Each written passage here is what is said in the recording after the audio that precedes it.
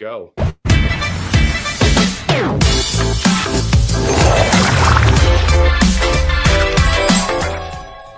And we are live once again. Welcome back to Thursday Night Soaring Profits. Tonight we have a wonderful, just incredible guest who has a full life story that I'm very interested in getting into, because I think people out there will not only learn a lot about recovering from tragedies in life, but also maybe even be able to find help in his organization. Bob McCabe, in his lifetime, went through a lot of tragedy and fell upon that point of impact that I always talk about, that point where you're at your lowest low and you have to move forward and you have to either, kind of give up or make something better. And Bob, being the champion and hero that he really is, not only is willing to share his story, but also is sharing it with people to make an impact, to change lives. He has started recoveryspeaking.org. It's down at the bottom. I encourage you to go see it. It's a men's group that meets Thursday nights on Zoom, and they discuss recovering from sexual assault. Which is a huge topic, especially with men, because I know it's hard for men to share feelings, let alone share something so intimate as that. And I think, Bob McCabe, I think it is just heroic that you're not only willing to share your story, but help other men share their stories and try to get the recovery and the success that you obviously have. Bob, I was wondering if maybe you could tell our viewers here a little bit about your story and how you went from, like you've told me, a very low place in life and turning that into such a success. Wow. Okay. I just want to know who's going to order breakfast, because we may not be out of there here till then. First of all, James, Patrick, thank you so much. It's an honor and a privilege to be here on Soaring Profits. And my good friend Lisa, who was with you just a couple of weeks back, who is actually on my board of directors as well, is the one that snafu'd me and said, "You are going to do this show." Perfect. And Lisa, if you're listening, thank you. I'm gonna just kind of preface it by saying, guys, that for any of the listeners that are out there, we're going to talk about matters that are very difficult. We're going to talk and we're going to kind of hit head on some issues that have to be discussed, which are difficult to discuss, but we will not go into any actual details of the sexual abuse or anything like that. So anybody who may be listening, there's just a little note for you that, you don't have to worry about that. And certainly if anybody is troubled at the end of this, maybe we could put up either the info at recoveryspeaking.org, and I would get back to them personally tonight or tomorrow, and we could talk about it so they're not going through that on their own. Okay. Should start off with saying I live in Guelph at the present time, and I've been here since 2009, originally from Toronto, fifth and sixth kids, a good Irish Catholic family. It was a middle class family growing up in the 50s and 60s. I'm 70 years old, so the math means I was born in 1952, and it was just one of those times where within the institution of the Catholic Church, when I was growing up, man, you just don't mess with the Catholic mom, right? You go to church when she tells you to go to church, and you go there with your missal, and you go at Easter, you're there 4 or 5 times a day, 7 days a week, and you're crossing yourself before you go to the bathroom, for crying out loud. It's just very intense. And in that culture, one of the things that we were always taught is you never question the priest. The priest is next to God. You just don't do it. It's a little bit different in the culture today. So I say that to preface what the era and the time was like. I was born in 1952. By late 1950s, I wanted to follow the kind of the path my older brother had taken and go on the altar society, which I did. And so it was about 1959 when I was about 7 years of age that I started training to go on the altar society and serve mass, as we would call it at the time. And at that point in time, a new priest came to our parish in 1962, and his name, and I have the right to say it. It's everything is cool. His name was Father Alphonse Robert, and it was a parish called St. Lawrence Parish in Scarborough, Ontario. And he was ordained out of St. Augustine Seminary in 1962, June of 1962. And our parish was the first parish that he had come to. He was given the job of looking after the altar society, so he ran our practices every week. And one of the things that started within the first month of knowing him was what I now know. I didn't know it at the time at the age of 10 when he came to our parish. But what he started doing was grooming me. And that would entail just paying a lot of attention to me. And all of a sudden, the priest is paying attention to me.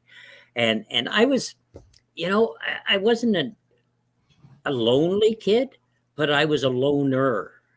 And there was just something that, when I get talking about my alcoholism, maybe it'll make a little more sense. But it was like, the mothership passed and dropped me on the wrong planet. You know what I'm saying? And anytime the mothership is going to be coming back and pick me up, and I just didn't seem, even as a young child, I didn't seem to really connect the way it appeared to me, but that other people were connecting, or my brothers and sisters were connecting. So anyway, this started happening. And again, it's stuff where all of a sudden the hugs would happen and the cheek to cheek stuff and a little kiss on the cheek. And there was never anything outrageous, but it was still really uncomfortable. And I knew it almost immediately. But at the same time, you don't question the priest. And my thinking was, and I can remember thinking this at 10 years of age, boy, this is uncomfortable. Maybe it's just me. Maybe this is what's supposed to happen, but it's just me. So after a year of this, and then him continuing to groom me, he also groomed my parents, more so my mom. And he would come over to the house and he would have tea and they would talk religion and read passages of the Bible. And so when in the summer of 1963, he came to my mom and said, geez, you know what? It'd be great for little Bobby to go on a trip to Montreal with me. I got some business at Notre Dame Cathedral. It's now a basilica, but it was a cathedral at the time. My mom didn't think twice about it. Didn't think twice. Of course. Who could he be safer with than a Catholic priest? And, even at the time, there was a hesitancy that I had, but nothing enough. And I never said anything to my parents about my uneasiness. And I just said, oh, it's me, I'll go. And so we got in the car, and I won't go into all the detail, but, on the drive, he started talking about sexual matters with regard to, sexual acts and how to masturbate and how he does and all of this stuff, and then sexual intercourse. And I knew nothing. In 1963, what kids know at 10 years old today would have been a university student in 1963. We didn't have access to all this social media. We didn't have, and I don't know if that's better or worse. I'm not judging it, but I knew nothing about this stuff. So when he's talking, I am really uncomfortable, and he's going into graphic detail, which I won't hear unless you guys ask me to. But it was unnerving. So we drove from Toronto. We got to Cornwall. And when we got into Cornwall, he went off and he pulled into this motel and said, we're going to stay here for the night, wait here. And he goes to the place and gets the key. And I'm wondering why I had to wait in the car. But then we go to the motel room and he opens it up and I look in and there's one double bed. And I turned to him and I said, Father, there's only one double bed. And he said, that's all we're going to need. And I just kind of sat back and I went, okay. Didn't think, again, really uncomfortable. But I can't speak out. I don't have a voice. Right. And so I can't even remember what we did from the time we went into the room, checked out. We must have gone maybe to swim or have something to eat or something like that. The sexual abuse took place that night and throughout the entire night. And it was oral. It was significant. And at one point, all that I'll go into is at the time that the abuse was taking place, it was like I went possum is the phrase I use, but I just played dead. I was afraid to move. And anybody who may have experienced abuse in the past may know what I'm talking about. And it's a protectionism. That's something which I've learned later. The body shuts down just to protect ourselves because the trauma is so deep and the fear is so deep from what we're experiencing. And so I was just absolutely frozen. And it was probably close to an hour until there was he made a move, and I was able to shift, and he kind of like was surprised I was awake or something. I got up and went to the washroom. And as I was at the sink in the washroom, there was a small mirror over top, and behind me was the door. And then he came to the door completely naked with an erection, and made a couple of comments on his manhood, and went back to the bed. I went out and sat in this little chair that was there, and he kept trying to get me to come back to bed. I won't do anything else. Come on, it'll be safe. We'll go. I sat in that chair for the rest of the night. Mm-hmm. And I could not go to sleep. I was petrified, frozen. I don't remember the morning. I don't remember driving from Cornwall to Montreal. We got into Montreal, and I remember just being in the basilica. And we were standing in the basilica. And if you know that, if you've been there at all, there's the one huge altar at the front, a lot of gold. Church likes gold. It must be a Trumpian thing or something, but there's a lot of gold stuff going on. And there's all these side altars along the side. So we were over by one of the side altars. And this man, and this always gets me, this man, after sexually abusing me for hours the night before, has the audacity to turn to me and says, "There's a confessional here. Do you want me to hear your confession?" At 11 years old, I wanted to scream at this man. I wanted to just tear him apart. But you know what 11 years old I did? No, Father. And I hated myself. And I knew there was something I didn't like, but I now have language that I can put to those feelings even this far later. So later, like, we went in, he took me into the back where I could get a surplice and satan so I could serve mass. And he's kind of introducing me to these priests, and he's rubbing my shoulders, and he's doing all this grooming type behavior. We go back and we say mass. And at that time in the 60s, the priest had his back to you. And so I was kneeling, serving mass, and all I could do was look at him. And just, I wanted him dead.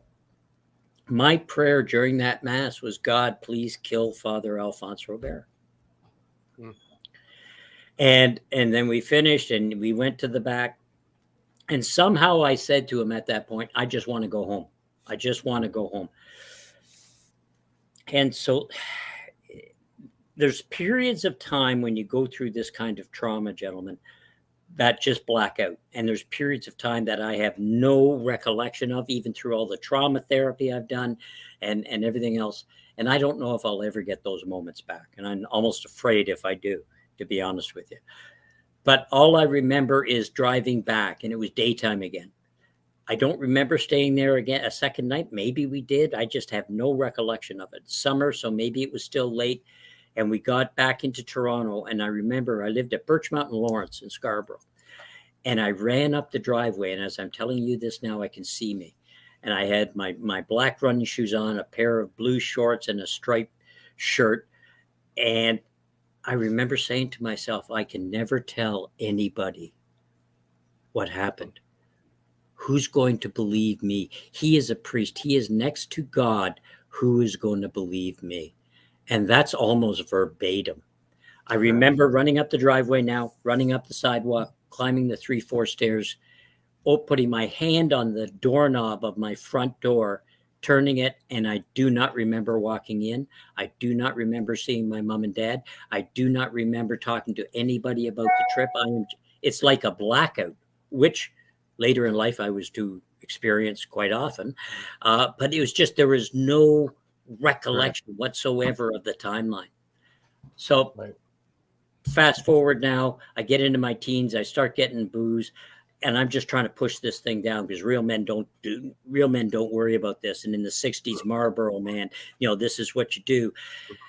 So all of a sudden I find alcohol. And I take a drink of alcohol, and it was almost like this, guys, and this is water, by the way.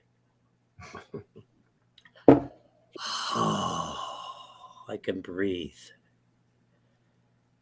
And I don't remember my first drink like a lot of alcoholics do. I just remember the feeling, and I said, I'm going to do a lot of that. And that's one of the few promises I kept. And so I started drinking, and by the age of 22, I was drinking alcoholically, and I was full-blown alcoholic by 25. And I was able to keep it going. I was holding down some good jobs. I was, they call it functional, if I laugh about that, but sure. And know who says I was a functional alcoholic? The alcoholic. Anyway, so I burned through. I got married in 76. I got divorced in 86. I came to Toronto and did some work out of Toronto for 5 years. And by the early 90s, man, I was a mess. I could not hold down a job.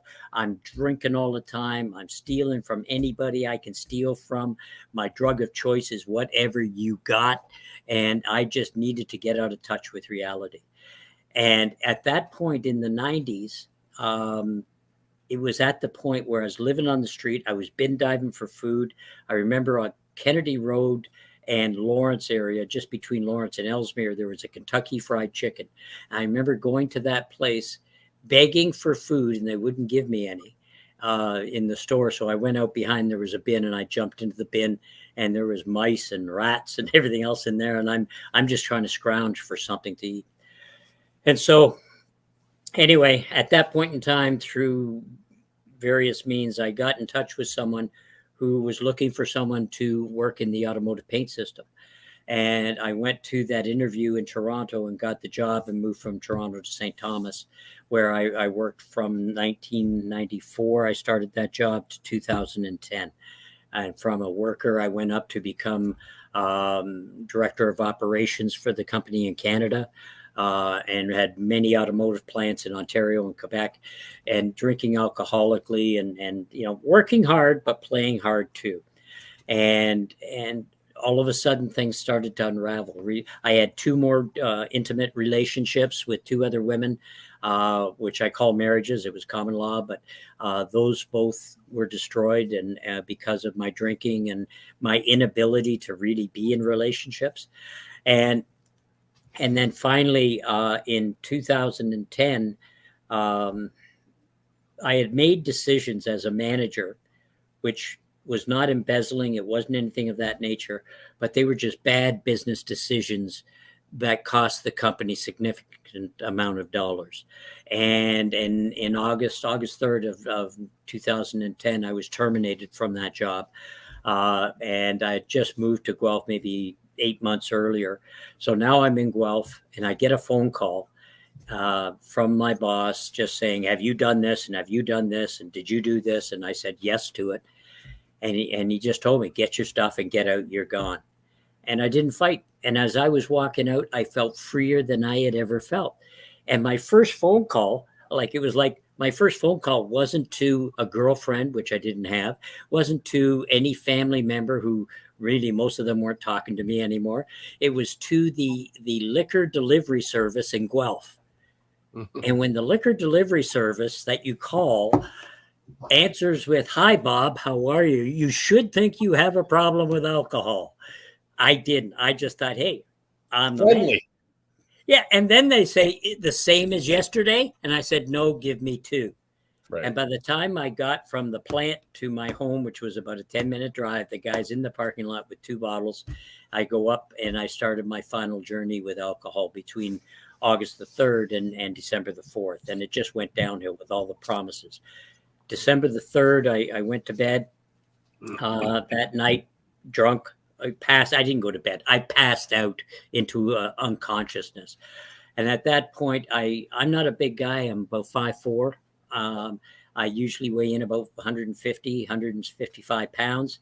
I was 80 pounds, and it's just like the ribs showing, the Biafran child on the posters, open sores all over my body. I could barely walk because of open sores. And all I lived for was to drink. That was it. I had drank away all the money I got in severances, and I ran EI to the end. I'm now probably on welfare, and that just wasn't enough to keep up my habit. And so this is the picture of this shiny shoed executive guy earning the big bucks that I thought I was, and now I'm this way. At that point, my nightly prayer was, God, don't let me wake up in the morning. And my morning prayer was, you bastard, I woke up. Because now I had to go through another day. The abuse stuff, never on my mind. I had pushed that stuff down. I was good, and men are good at this, guys. And I've learned this even more. And we'll talk about the work we're doing with RSI. But I had pushed that sucker so far down, I forgot it even existed. And I had put so much alcohol on top of it that I realized that I was numb to it, and I couldn't feel anything. So by that time, there's a phrase that a mentor of mine has said, that if I would have died in 2010, they would have had to cremate me, because there were not 6 people on this planet that would have carried a casket. I had drank every person who cared for me away. There was not family members. My mother, my father had passed away. All of my brothers and sisters, they're just, that's it. We're done. And they gave a lot, man. They really, really tried. And I just, at a point, they just had to save themselves. And so anyway, at this December the 3rd, I get up after, about 2:00 in the morning. Now it's December the 4th. I got a sliver of some kind of brown liquid in the bottom of a bottle, and I got 1 cigarette. As an operations manager, we call this bad planning. And I decided, okay, I got to go to the store. So I get my park on and all this stuff, this 5'4", 80-pound Biafran child with ribs showing, who could barely walk, with open sores all over your body. And I start shuffling down to the variety store, all-night variety store, which is about 10-minute walk normally, which was about a half-hour walk for me the way I was. And when I was walking down there, I started thinking about, what kind of alcohol do I want today? What kind of delusional mind thinks this way? I still thought I had a handle on booze. With all of this stuff that's going on, I got nothing left. Nobody's calling me to see how I am, and nobody's taking my calls. But I still think, so maybe I'll have this. Maybe I'll have right. No, red wine might be the choice. This is the way this mind is thinking, guys. It is stupid. And as I'm going along, I started to think about when alcohol and drinking was fun. And in high school with the buddies, and you go out and you go to a dance and you have a couple of pops afterward, and you skip class in grade 13, you go to the local restaurant and you have fries and gravy and a beer, and it was just wonderful. And then you get into business, and I was very good in business and what I was doing. But unfortunately, you got to show up to be able to do it. But I was good at that. And I remember the good times in business, and you had to respect the people. And I got married, and we got a house, and we had 3 kids. And I had the dream, a government job, a beautiful wife, 3 beautiful children, and all I wanted to do was drink. And when my first wife, came to me and said, that's it. I know I'm flipping back here for a moment, but she said, I want a divorce. Mm-hmm. You know what I did? I turned on the tears, because alcoholics are good con guys. And I turned on the tears. No, dear, give me another chance. And she said, no, that's it. I walked into the kitchen out of the sight of my kids and my wife. And I went, yes, now nobody's going to get on my case about my drinking. Mm-hmm. Wow. And I'm thinking that thinking is normal. Yeah. So let me fast forward now to 2010. I get all ready. I'm walking down to the store. I'm thinking about booze, and I'm thinking about all this. And then all of a sudden, something happened. It was at just about 2:45 in the morning. And I started to see like a kaleidoscope, like we are here on Zoom, only if they could pan across the screen. And I saw the pictures of anybody who had been, who I'd loved in my life and who had made the mistake of loving a bum like me.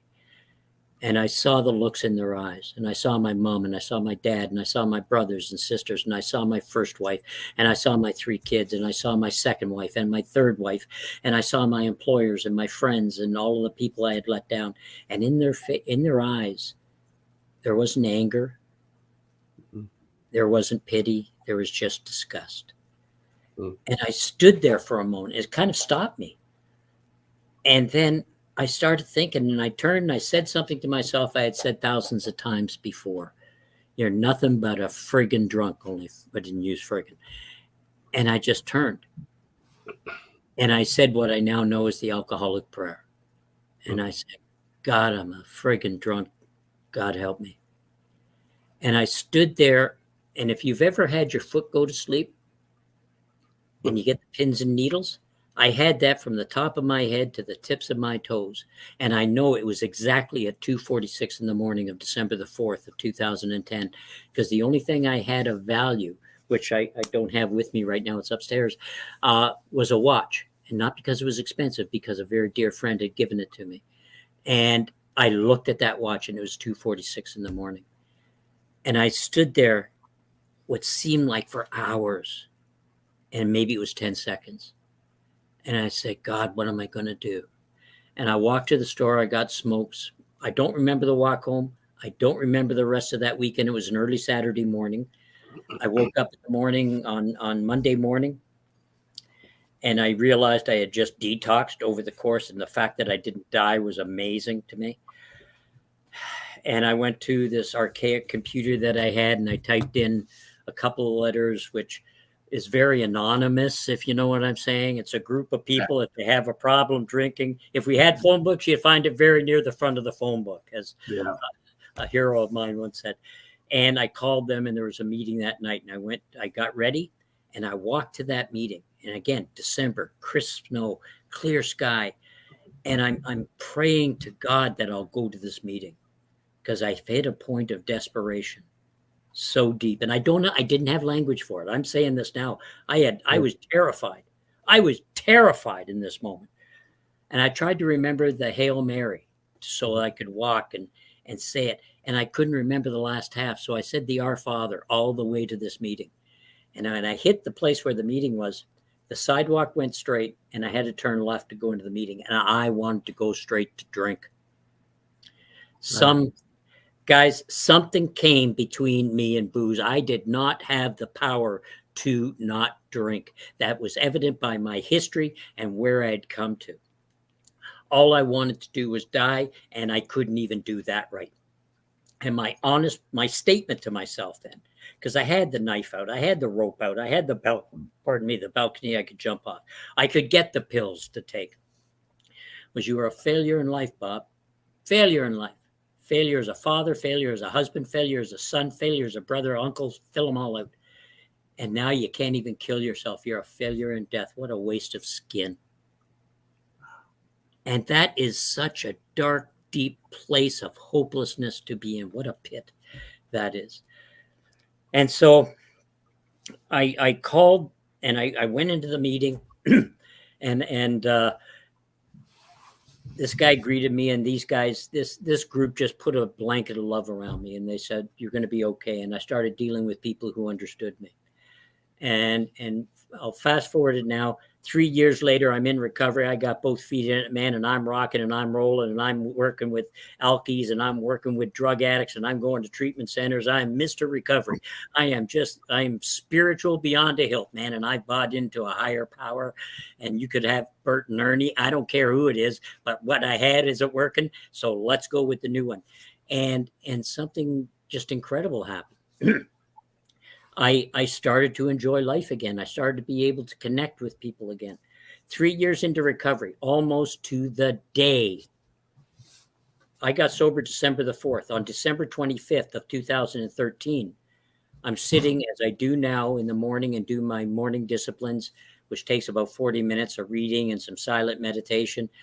And at the end of that one, on Christmas Day of 2013, at the end of my discipline, I relived my sexual experience for the first time in 50 years that day. And it took about 2 hours. And I went through every aspect, every question in the car, every grooming hug, every kiss on the cheek, every pat on the bum, every aspect of the night in question. It took about 2 hours. And I just sat there, and it was like a dream, but you're awake. And at the end of that, I didn't go into trauma.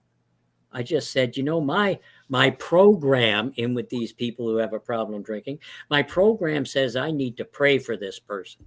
So I got on my knees in front of my couch and I started to pray for Father Robert. And after about a minute, I looked at my ceiling and I said, you know what, God, I'm not feeling the love. Just not feeling the love here, God. Going to need some help with this. 4 days later, I had a call from Rob Talek of Beckett Personal Injury Lawyers, and they were taking a case against my priest to court. And did I want to be part of the thing? How this lawyer found me, knew about me. I'm a drunk, man. I just gotten sober 3 years ago.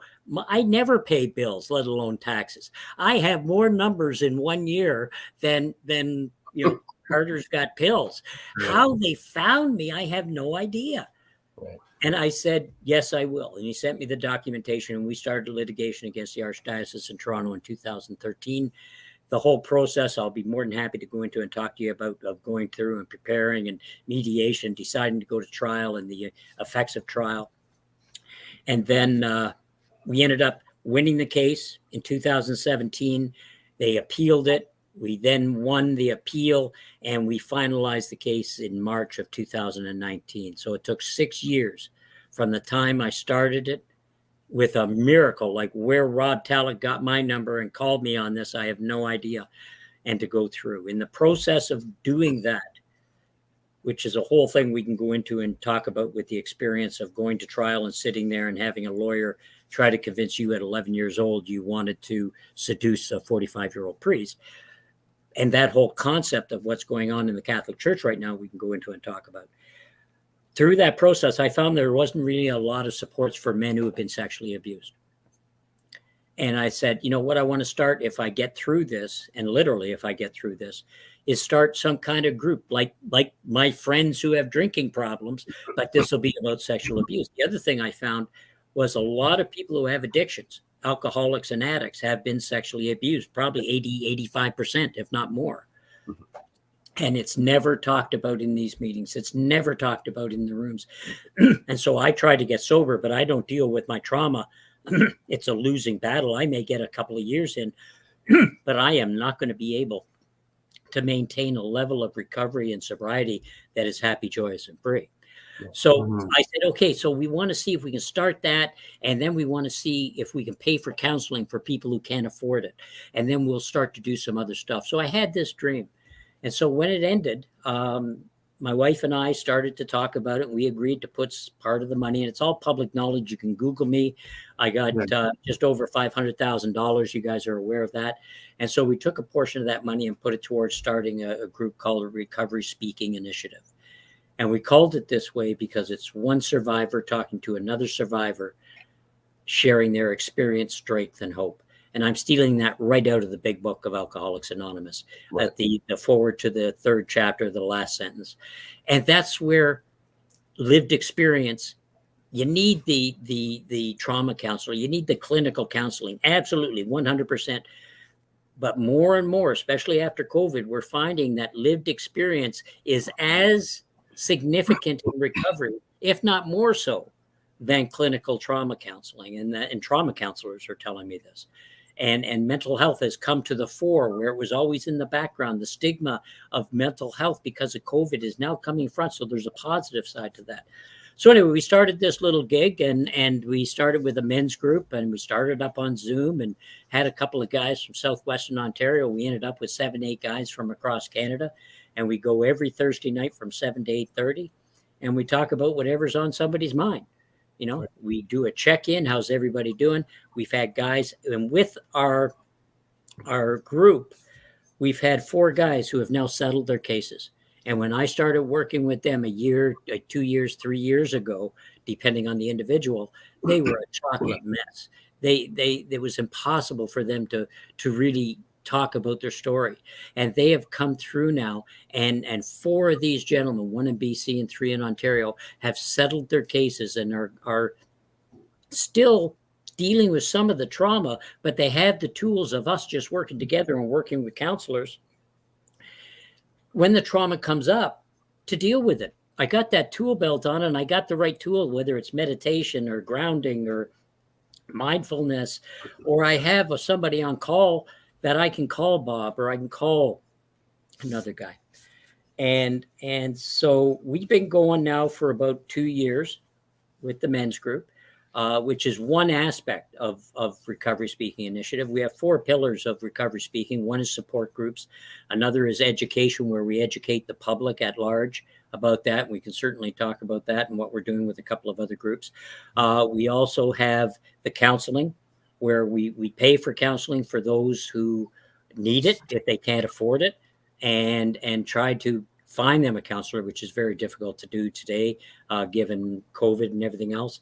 And then advocacy and representation, so that I deal with a lot of lawyers right now on behalf of them, because lawyers are great and they know what they're doing, but they don't know what it's like to be abused. So to prepare them for trial in particular, and to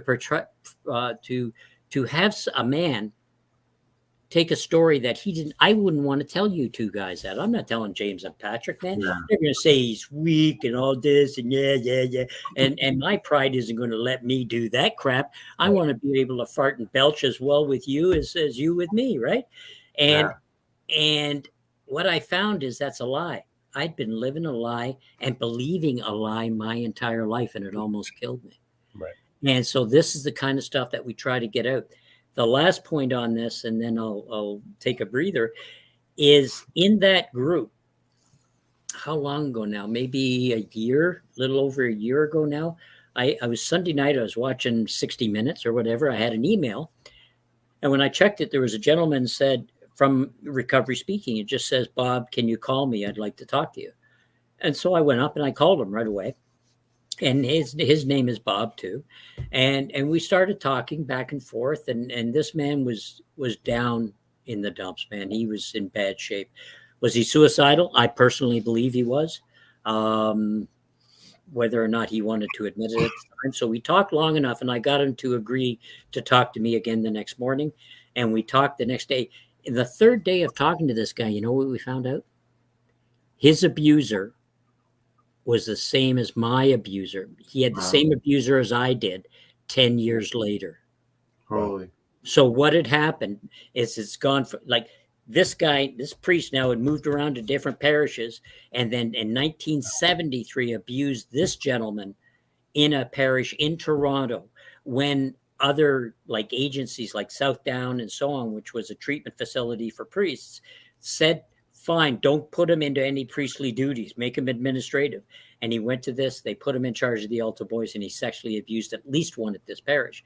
And that's a problem with the church. And we can talk about the institutional church, and I can talk, because I give them a fair shake, but that's something that can't go on. So we're starting to change lives, and we're starting to be able to, this man is just settled his case last week. Right.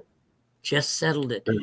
And the ease and calm that you can see in a guy. So yeah, the 2 worst things in my life, alcoholism and sexual abuse, somehow, some way, were turned around to be the 2 biggest assets in my life. Sure. And I'd like to say that I had the power to turn that around, but it wasn't. I don't know what's out there. I don't know what I believe. All I know is I didn't do this. My job is to suit up and show up, have some talk with you, have some laughs with you, and talk about a serious topic that may save a life tonight. Well, Bob, your story is a very powerful one, an inspirational one, obviously, and one that I think all too often is one that we're hearing about and coming out later. Myself, I grew up in a Roman Catholic family as well as James. I served on the altar, still am a practicing Catholic today. And I noticed through your story that you refer back to kind of a higher power. What is your viewpoint now, if you don't mind, how has your faith pivoted over the years? Because that's where I feel when we have a lot of conversations and I talk with people about my faith, and they go, Yep. well, how could you? And that's one of the instruments of the Catholic Church right now. The problems with the church, or even just with a higher power, whatever, again, like you say, a lot of people are like, well, how could God let something like that happen? And I'm interested for someone like yourself of having this situation that unfortunately has happened to you that was totally inappropriate and nothing that you could have done. But how does that differentiate yourself from where you were in your faith? Let me answer it this way, Patrick. The church for me prior to my abuse was that home.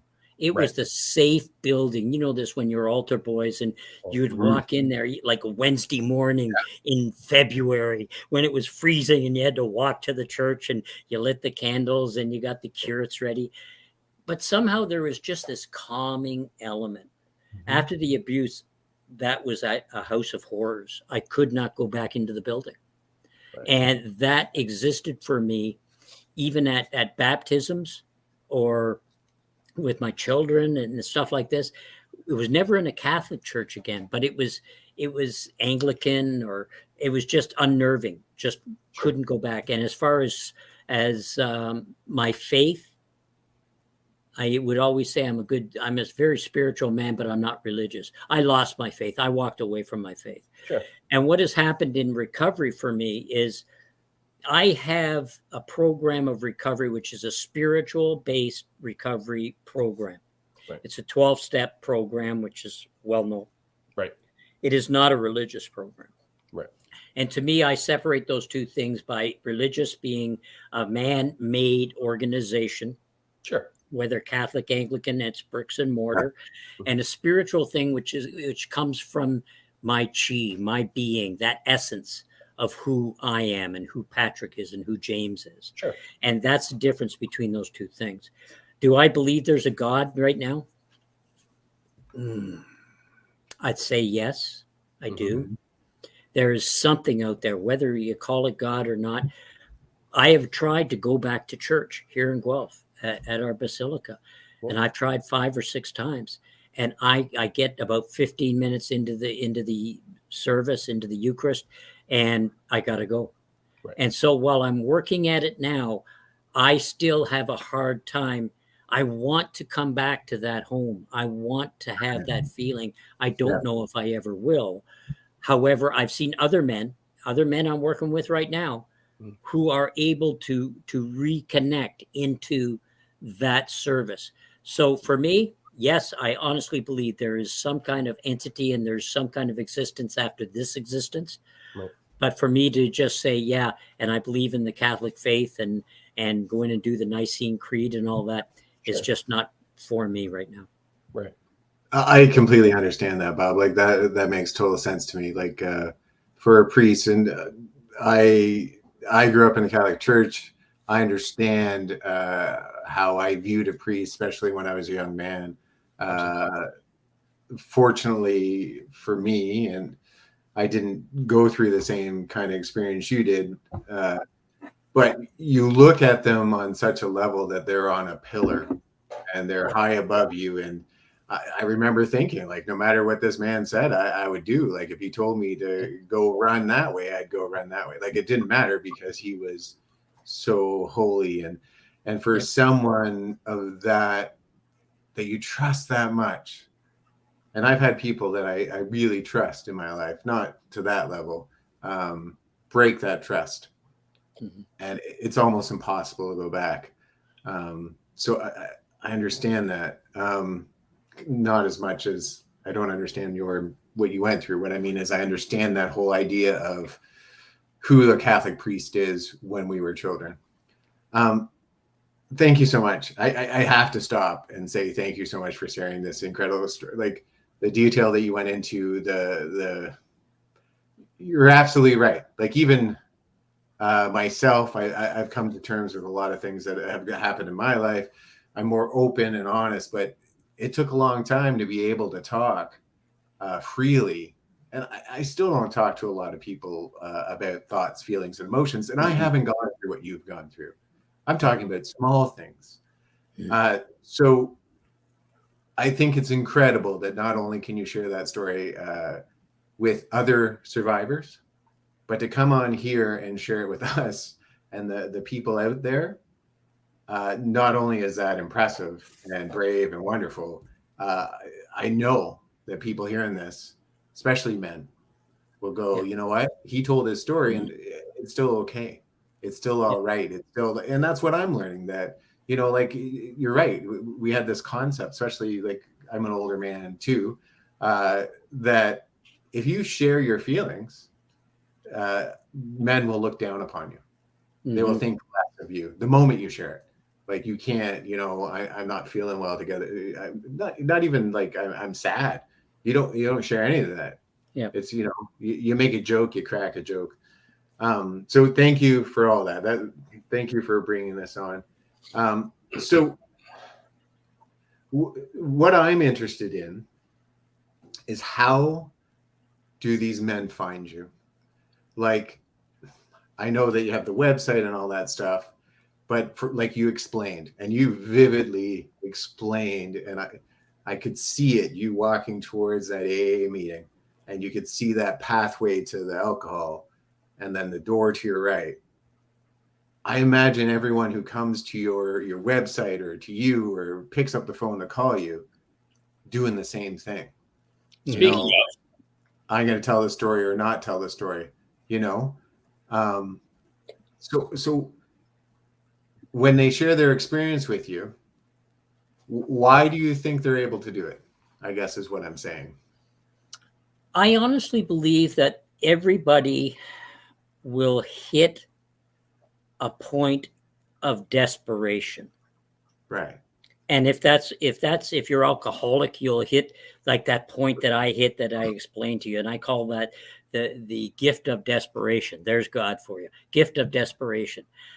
And I think that at a certain point in a man's life, if he's been abused, it's going to have to be dealt with to some degree. It just can't be pushed down anymore.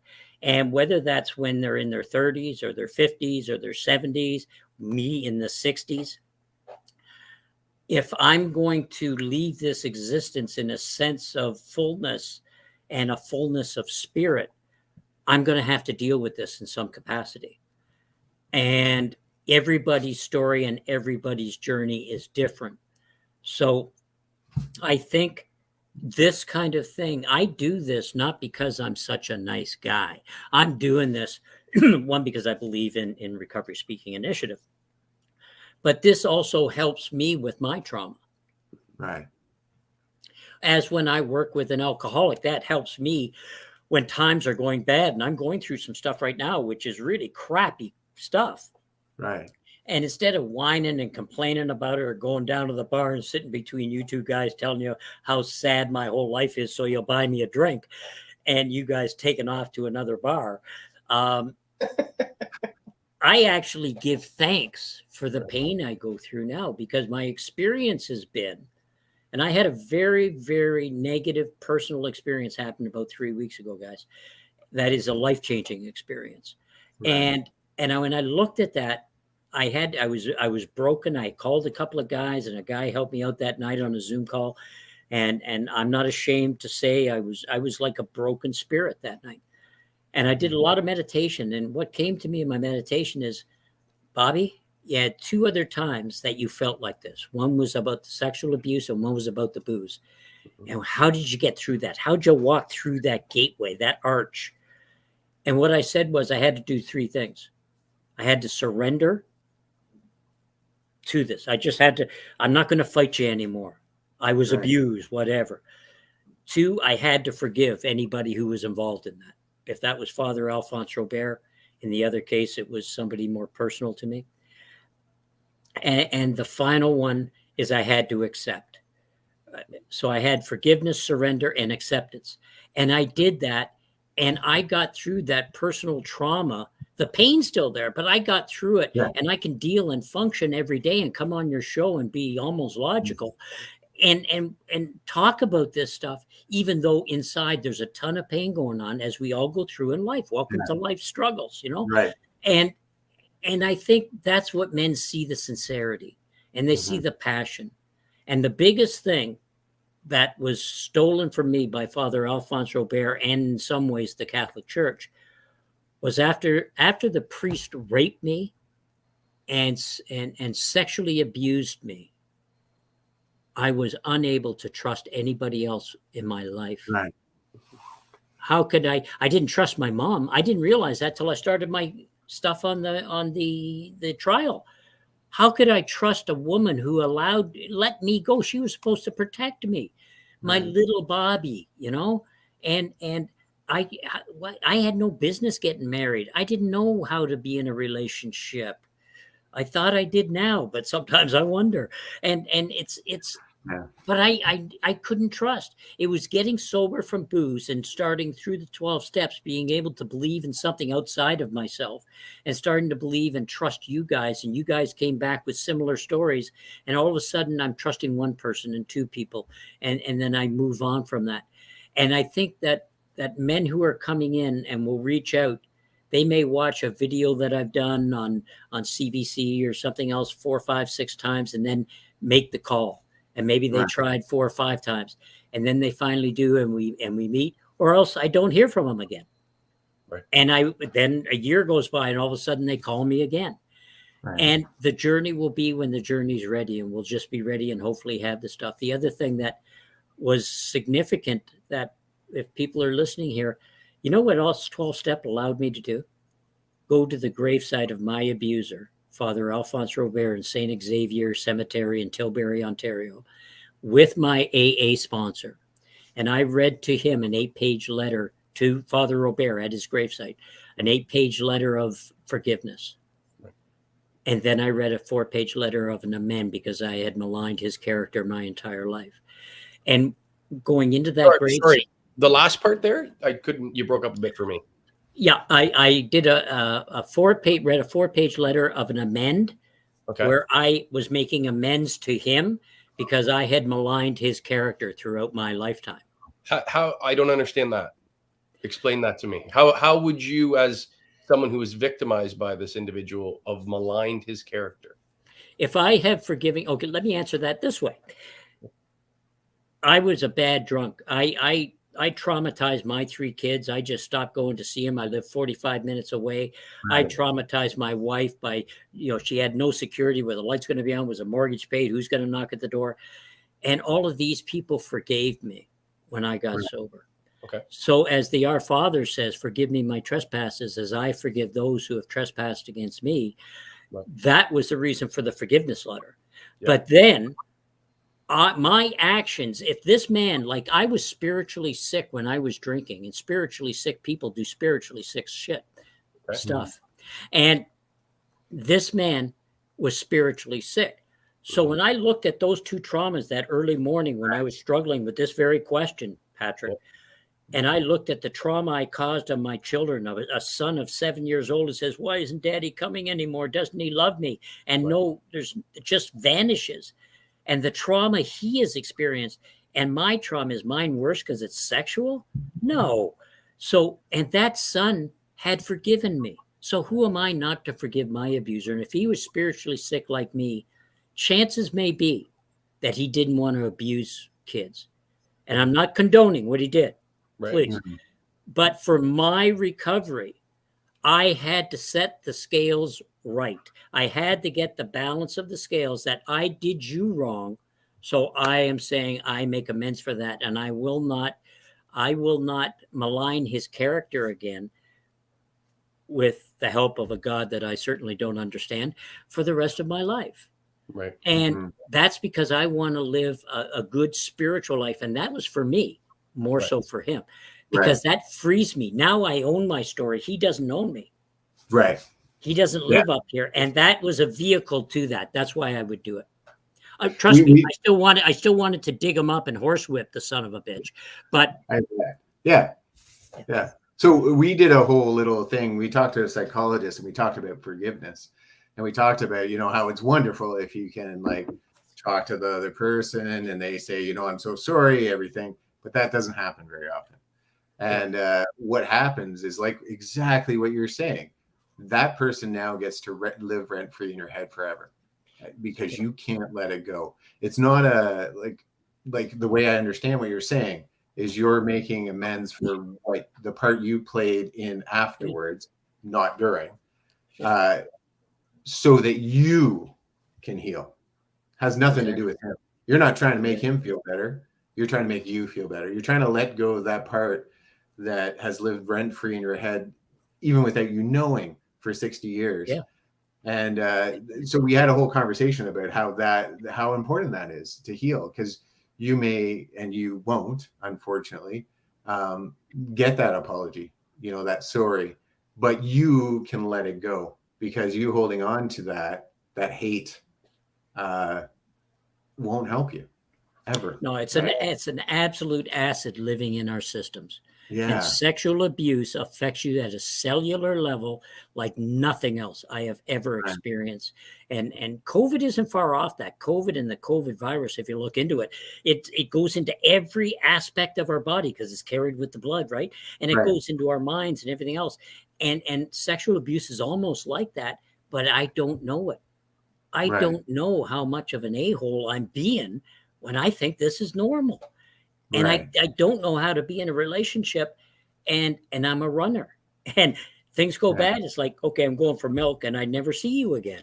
Sure. And that's what I did. And so try to sit in a room with 5 or 6 guys that have been abused and saying what you have to do is forgive your abuser. You're lucky to get out of that baby alive. But once you get talking and they see what happened, and now the men are seeing it because they have in their own ways forgiven their abusers at different levels. And there's sorry, go ahead, Patrick. Well, so my questions, so I have so many questions, and obviously this is something that, this is 60 years of a story. Really, well, it's 70 years of a story. But, all of the things that we want to bring up and talk about, we could sit here forever. One of the big things is obviously, as a Catholic, I look at this and I look at, the church and the role of the church in allowing this potentially to occur, and then occurred again and again and again. So I would like to understand your understanding of that and what you saw, because again, my experience through the church is very different, very similar to, I think, James, and that I had immensely very positive experiences, and that were fantastic. I had great relationships with priests. I had, my family going back in history. We had, the bishops sitting out and having a drink on my grandfather's porch, small community, right? And that was what I grew up in. On the counter is that, but at the same time, not knowing, like when we were younger, we didn't know, like I didn't know that they were moving priests around. Like when I found that out, that they were moving sexual predators around from place to place after willingly knowing that it was that's what was a fracture of faith. That's what I'm trying to find out, James, from somebody who's actually been in that, right? In regards to what Father Alphonse, is it Father Robert or Father Alphonse? Father Robert, yeah. His first name was Alphonse, yeah. Alphonse Robert, Father Robert. Did he remain a priest until he died? Yep. See, like, to me, those are problems.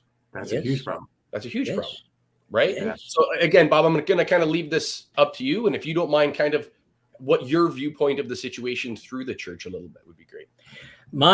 And I'm really glad you asked that question, Patrick, because there is some work that I'm doing through RSI with a couple of the survivors from the men's group right now, actually. Right. But my view of the church right now is there's a lot of lip flapping, but their feet aren't pointed where their voices are aimed. Right. And they will apologize. And I think Pope Francis is really trying to do something significant. But there are people, Marie Collins out of Ireland, who is, you're familiar with her.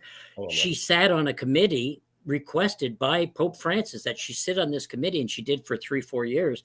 And she left it because he would say, I want to do this.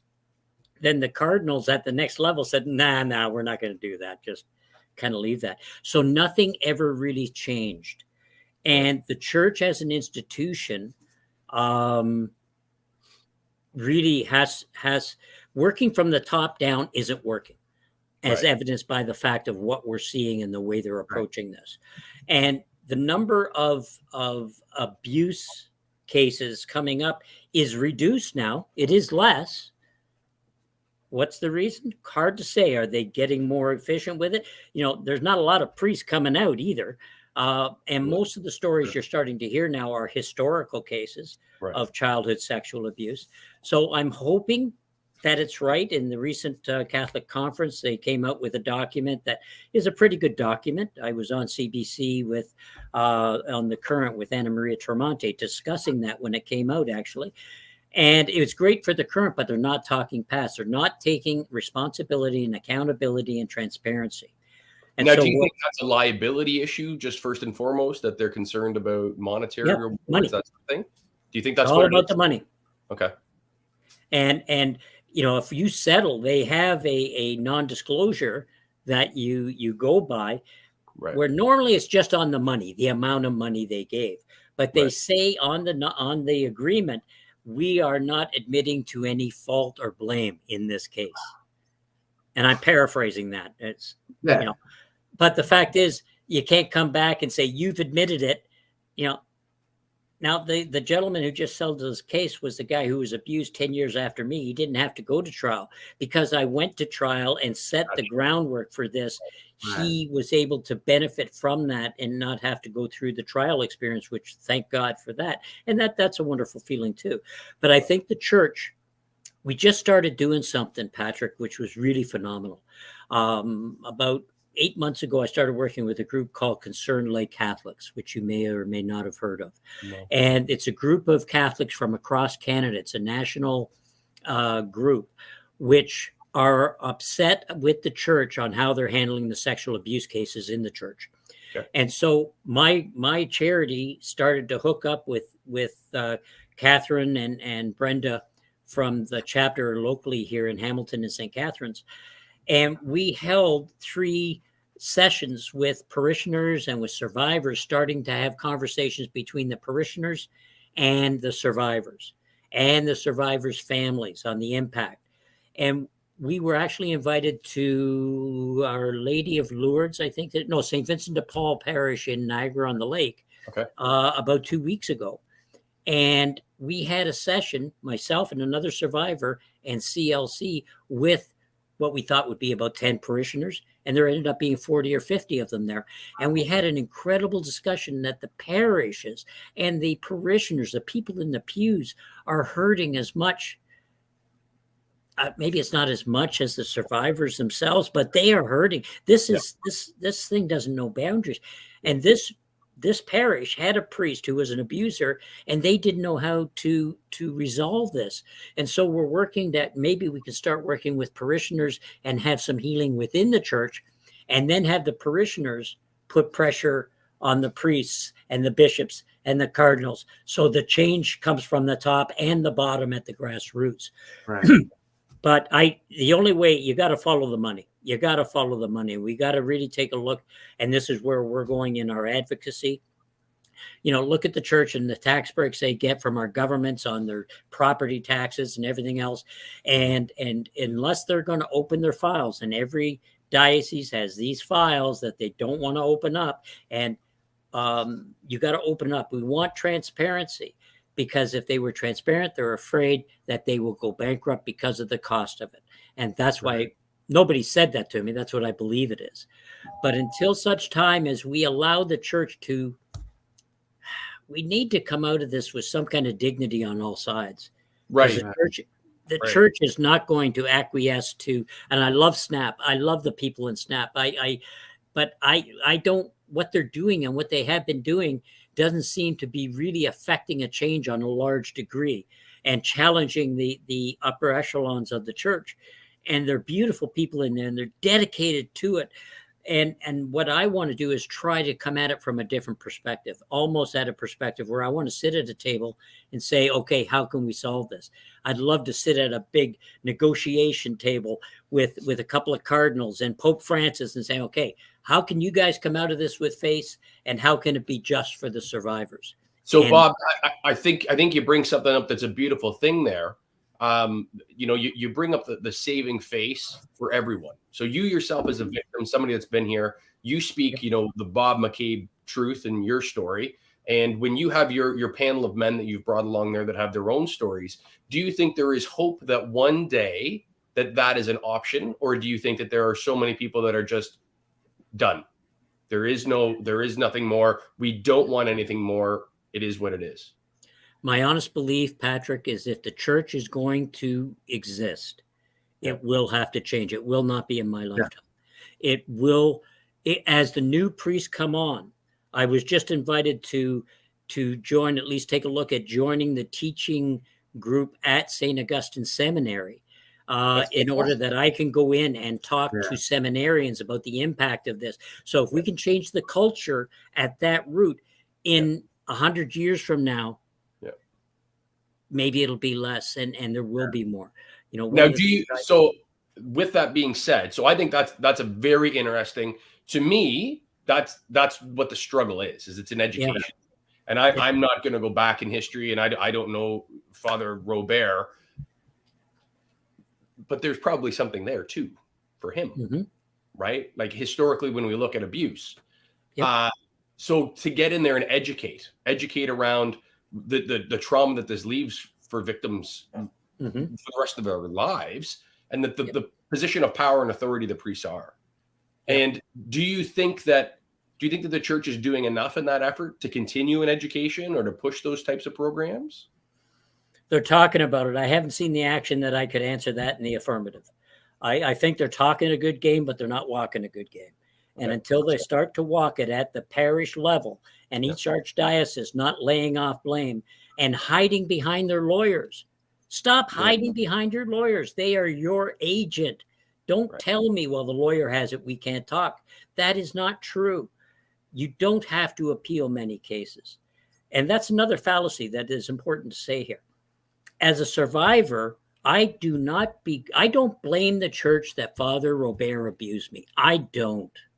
No. I blame the church for how they handled Father Robert afterwards. So let's, as survivors, lay the blame where it needs to lay, not just at the church as an institution. It's too big, and you're not going to get anywhere. Yeah. So I allow the church, and the church has a right to take this to court and to put me on the stand and to do what they do in the legal process. It's not nice. It's not comfortable. But look at it. Why did you have to appeal it? You didn't have to appeal my case, Archdiocese of Toronto, but they left it to their lawyers, and the lawyers have an open checkbook. Follow the money. Right. You know, and so deal with it honorably. So your viewpoint, Bob, is the fact that I struggle with calling him Father Robert, to be honest with you.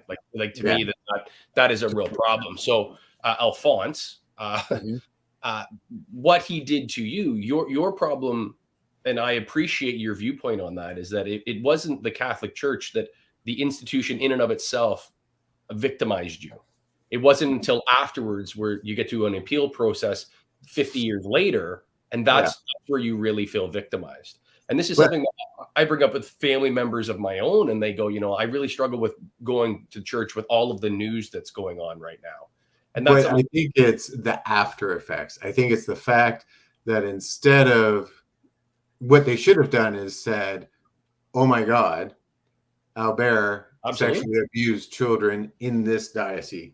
We are going to deal with that. We're going to take him to court. He's going to be criminally processed until proven innocent or guilty, But instead, they went, oh no, you did this. We're going to move you somewhere else. And then 10 years later, a gentleman that Bob knows was sexually assaulted. And that is where the church is at fault. I love the Catholic Church. I'm a big fan of the Catholic Church. I think they do wonderful things. But I still can't come to terms with the fact that church moved around sexual predators when they knew it was happening. Like that just boggles my mind.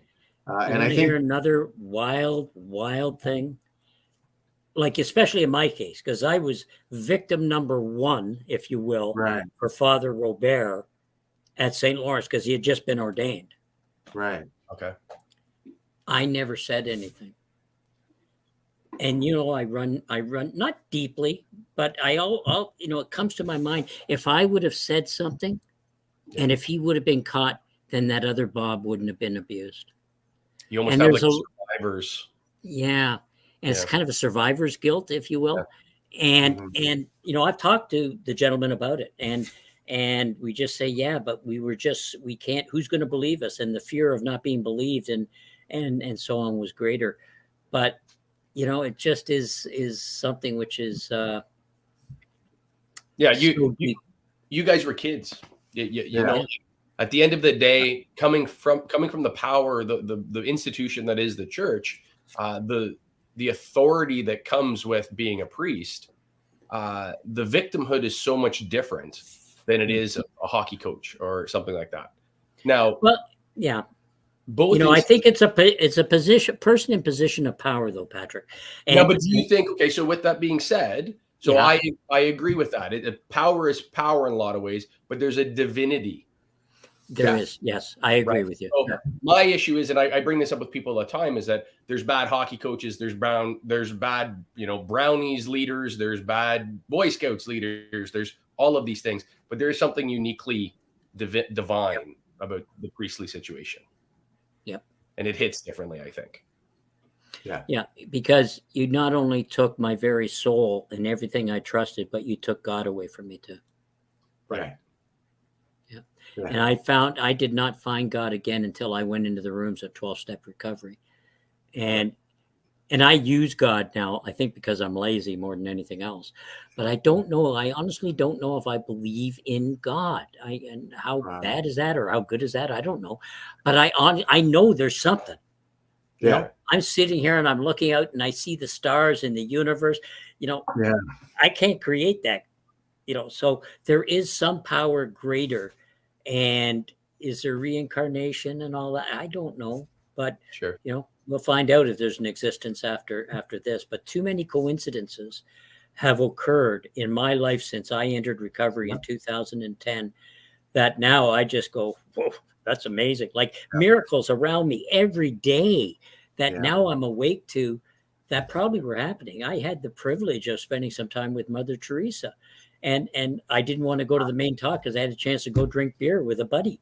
You know, what kind of guy is that? You know? Oh, wow. Sorry, Mother. I'll catch you later, Mother. You know, you and the Calcutta ladies. You have a good time. You know? I love that. Oh, that's great. No, I agree with you. Like, there's been many moments, not as prolific as what you went through, but there's been many moments in my life where the unexplainable series of events have occurred to allow me to move forward, to allow me to get something, to allow me to not be in the dark place I'm in. That it just doesn't make sense that someone at some point, at that moment, that point of impact, didn't reach out and go, James, no, we're going to save you. This is the direction you need to go. Not only are we going to save you, we're going to use your voice to help others. And Bob, I think that's what's happening. I think that, like, that's my firm belief. The story that I've heard you tell, and you know, it's your story, so I'm just kind of paraphrasing. I really do agree with you. I think miracles happen, and I think when people ask me, like Pat said, how does God, your God, Catholic God, whatever God you believe in, allow tragedy to happen? Now, I'm a personal belief that God doesn't allow tragedy to happen. Tragedy happens because we have free will. But I also believe that when tragedy happens, he gives you those tools that you talk about, those skills, those things that if you want to do the work, he will help you, raise you up so you can create something as beautiful as Recovery Speaking. Not only Recovery Speaking, but you're working hard in the church to a church that turned its back on you. Like that you said in court. Like, it boggled my mind that you just said a short little statement. I was like, it's still throwing me a little bit. A priest lawyer for the Catholic Church said to you that you seduced a priest at 11 years old or 10 years old. They're too smart to say that directly, but it was the implication of the questions they were being, you know, what were you doing? What were you wearing? You know, right. Yeah. So and yet you still have the the strength of character and to go back into that situation and go, you know what? I think I can heal that church. I think I can make it better. And I just think that's a beautiful thing. And, you know, to me, that is the tragedies that I see in the world. Some of the greatest, most horrific tragedies have brought the most beauty, have grown the greatest flowers.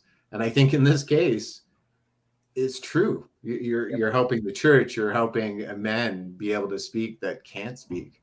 Like I think it's changing now. Like that is one of the questions. I know I'm bouncing all over the place, but there's so much in this topic that I'm not sure how to deal with it myself. But so you say you talk a lot about older men coming to you. Yep. Are you having younger men come to you? Like maybe having nothing to do with the Catholic Church, but young men get sexually abused by other people. Are you having they them? are. And do they have an easier time? Because I know my kids, although they still have that little bit of stigma because there's still that kind of manliness, not as strong as I remember when I was a kid. Yep. Are you finding that they have an easier flow, or what do you think is the difference there? What I'm finding right now is they come and then they leave and then they come back again. And the rage is much more prominent. Really? Than what I've seen in survivors coming out at 50 or 60 years of age. There's more of a life experience, maybe a lived experience, where I can look at an emotional situation and not react. Although, you know, in my case too, there's a lot of trauma counseling that had gone on.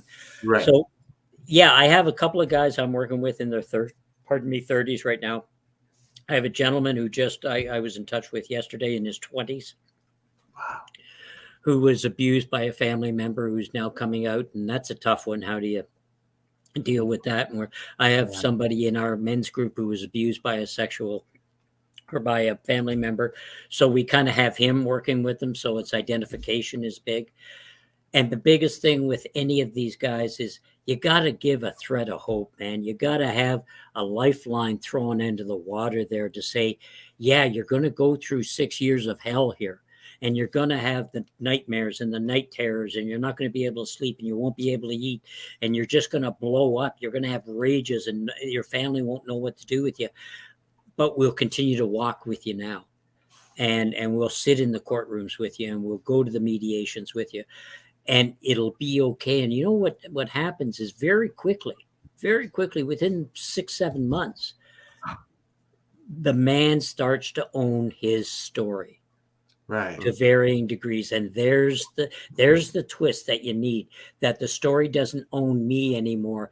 I own the story. Right. And it goes from just breaking down like a 6-year-old in a pink party dress, wailing and crying on your own because I can't show it to you, pulling off on the side of the road when I'm thinking about this stuff, to it becomes a sadness rather than a trauma. That's my experience.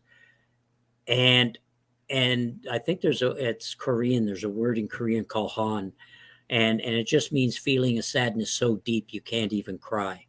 And that'll be with me to the day I die. Right. But it doesn't have to own me to the day I die.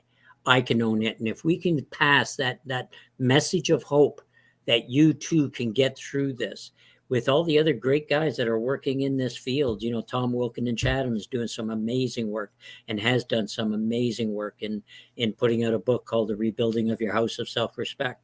And I have so much respect for him and the work he's doing, that we're going to get there. The voices are getting louder. And they're going to get louder in the next generation and the next. And my hope is that these guys that I'm working with now will continue to carry the torch when I'm either no longer here or not able to proceed in this capacity. Now, so Bob, one of those things that you talked about at the very beginning there was, you know, this very early in the phone book organization. And I don't know why you put it that way, but so AA, obviously one of the things that they talk about. Yep. So the 12 steps, having a higher power. Do you see a correlation between, you know, in your work here, do you see a correlation between substance abuse and sexual violence? Absolutely. Do you find that sometimes they're very synonymous, or is it that one comes with the other one, or is it that, what is your findings? most men have some, if they were sexually abused, have some kind of addiction, whether it's drugs, booze, gambling, sex, whatever the case may be. But we have to go outside of ourselves. We need something external to fix something internal. I'm feeling dis-ease inside me. And for me, it was whatever alcohol I could get. You know, it was scotch. I didn't get into heavy drugs. I didn't do coke and heroin and all that kind of stuff. But I did, come to the pot and the hash and alcohol, anything that would take me away from here. Right. And would stop the incessant chatter of 1,000 monkeys. I have a couple of guys that I work with now who are not alcoholic, became hard drinkers. And you would think they were alcoholic, but they were relying on something externally to try to find some ease and comfort internally.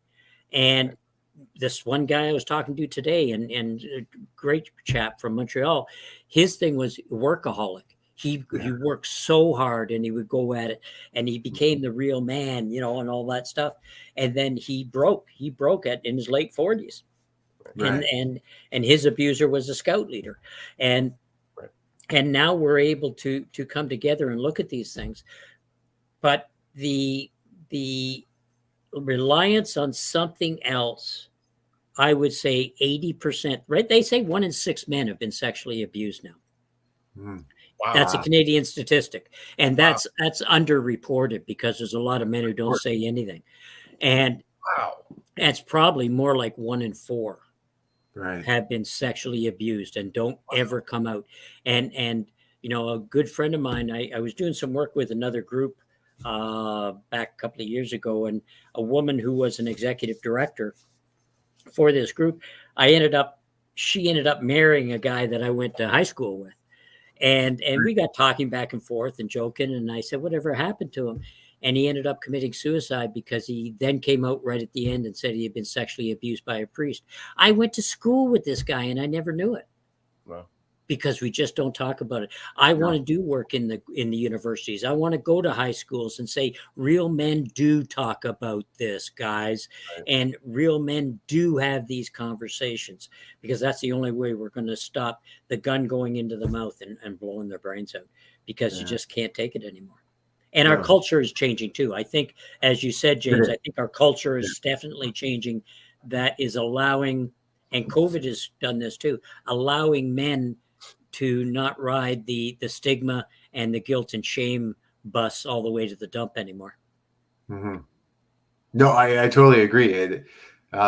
More when men come out and speak more often now, they're not made fun of, and they're not shunned. They're bolstered up, and they're appreciated for what they're saying. Whereas before, like those kind of stories, people would make, like especially if you're a group with men, someone would make a joke about it. They would totally just laugh it off, make a joke, and then you move on to something else, like it wasn't important. Like the story you put out wasn't important, right? So if I can there, because I've never experienced that, and maybe it's. So I'm 36 years old, Bob. I'm much younger than James, and I joke about it all the time. Much better looking too, eh? Thank you. I appreciate that. I like this guy. All the time we have tonight. Thank you very much, Bob.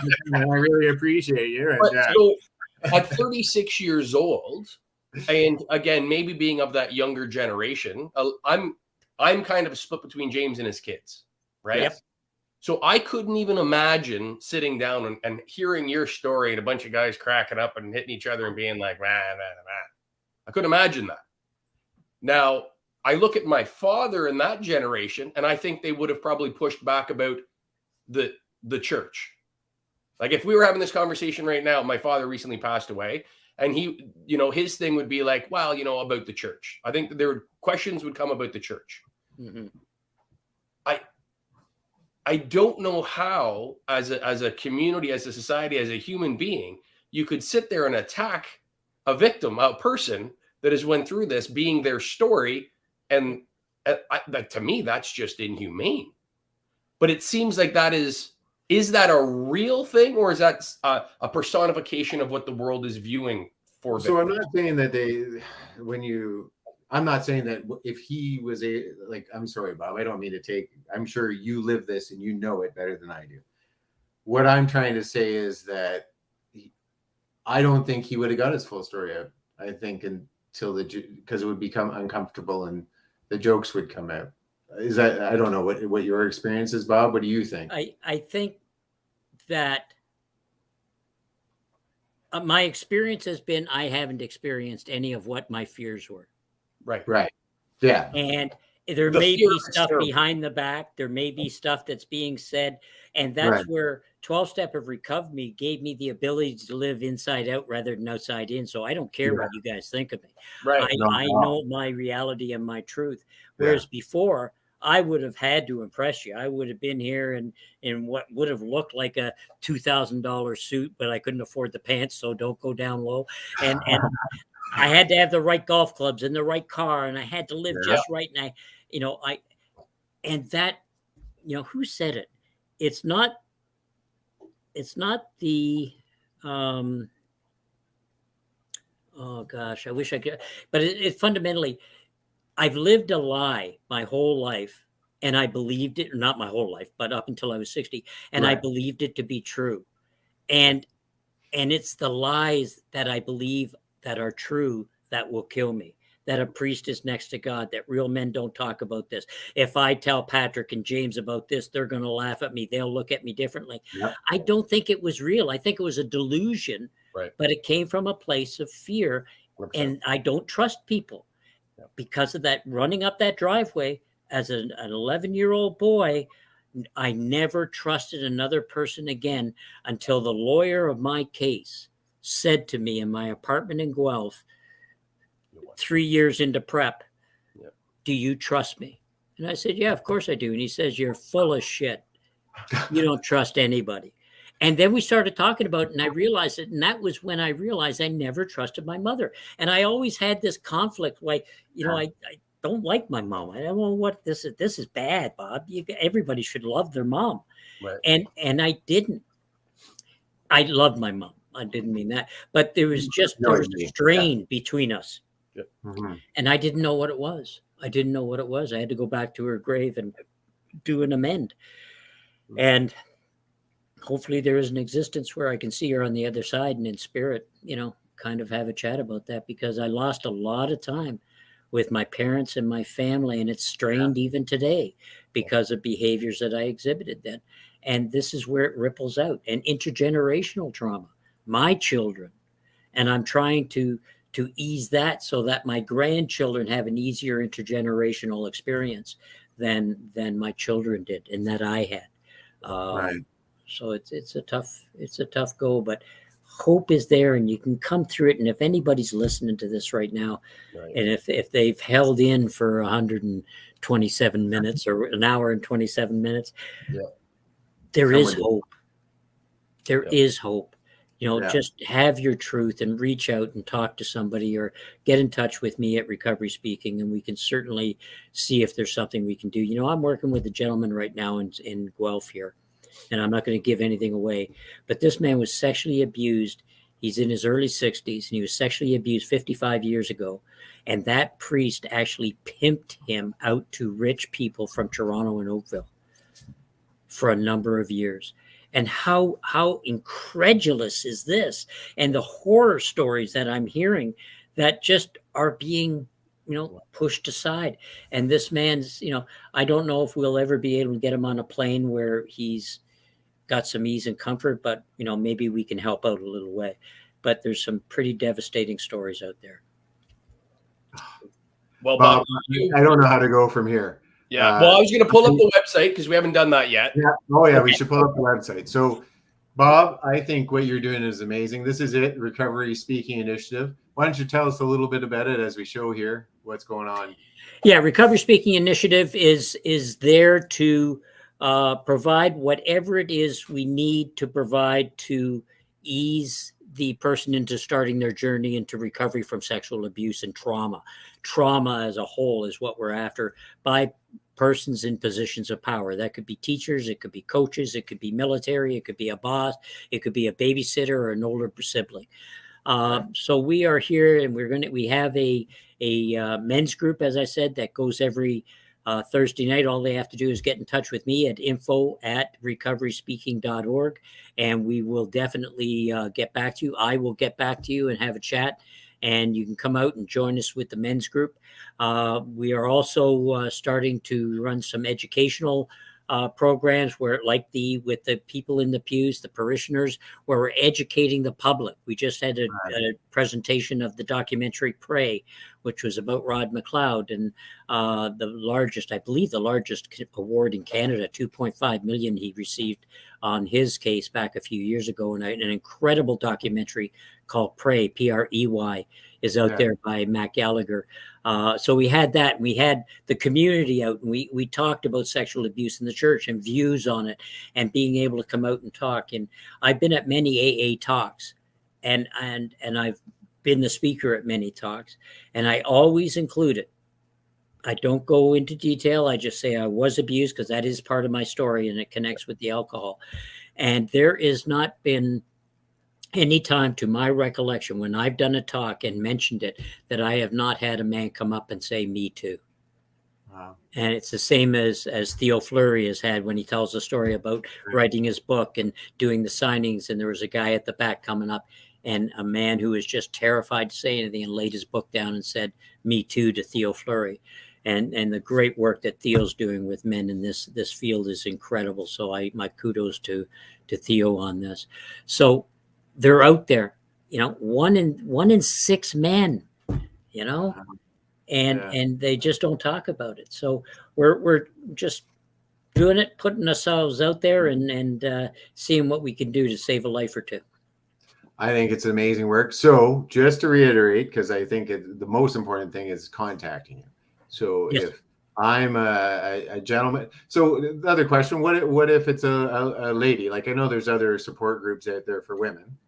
Certainly, we hope at some point we're going to be able to get a female or women's support group going, but that's going to have to be run by a woman. And at this point, I have not met a woman who would carry the message for Recovery Speaking at this time. There's a couple that I'm chatting with, but that is something hopefully in 2023 we'll be able to expand into as well. So for now, it's men, and so you go to the website, contact us, which Pat's put up here.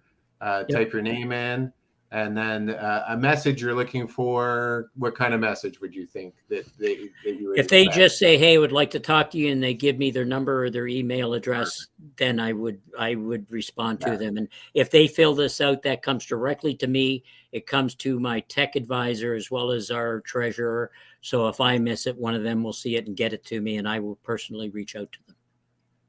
That's beautiful. Okay, well, I think, Bob, I don't know, man. I wasn't sure what when I was introduced to you, like all of this, like we've never met in person. All of this has been, up until this moment, has been through email. I knew brief little parts of your story, but your inspiration, and I think what you are doing now is incredible to go through what you've done and turn it into something so beautiful, helping like the way I always feel about it is, if I can help one person, that's enough for me, right? And you're helping probably hundreds of people, and I encourage you to keep going, because you're changing the world, man, and I think that's so beautiful. Pat. Well, yeah, Bob, like James was saying, is that what you're doing here is pretty profound stuff. And I say this, and I believe you understand the meaning of this, but you're doing God's work in what you're doing there.